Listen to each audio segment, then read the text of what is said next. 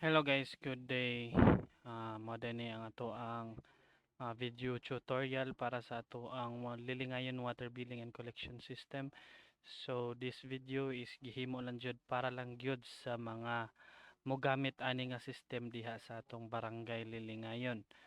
Okay, so kuan din ni siya about ni siya sa water billing and collection system where ang billing services nato is automated na.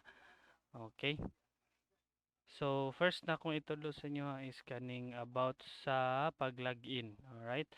So basically hatagan ta mo og iya nga account, so duha ra man to ka bukno, kato si Sir o kato si Ma'am Ira ang mogamit, no? Kay sila man ang in charge sa atong patubigan. So first is ilagin lang nila ang ilang account. Mao lang ni ang first, no? Login account, there is a username. So isa pa lang man kabuk account ani, pero when it comes to deployment na dayon, daghan or duha na ka account akong ihatag kang Sir o kato kang Ma'am Ira. Okay, so sayon ra kayong pag-login ani, mura ra kang nag-login og Facebook. So sa to sa ako nga case karon is isa pa man siya ka buok. So login ako ang account, admin ang username, dayon admin pod ang password.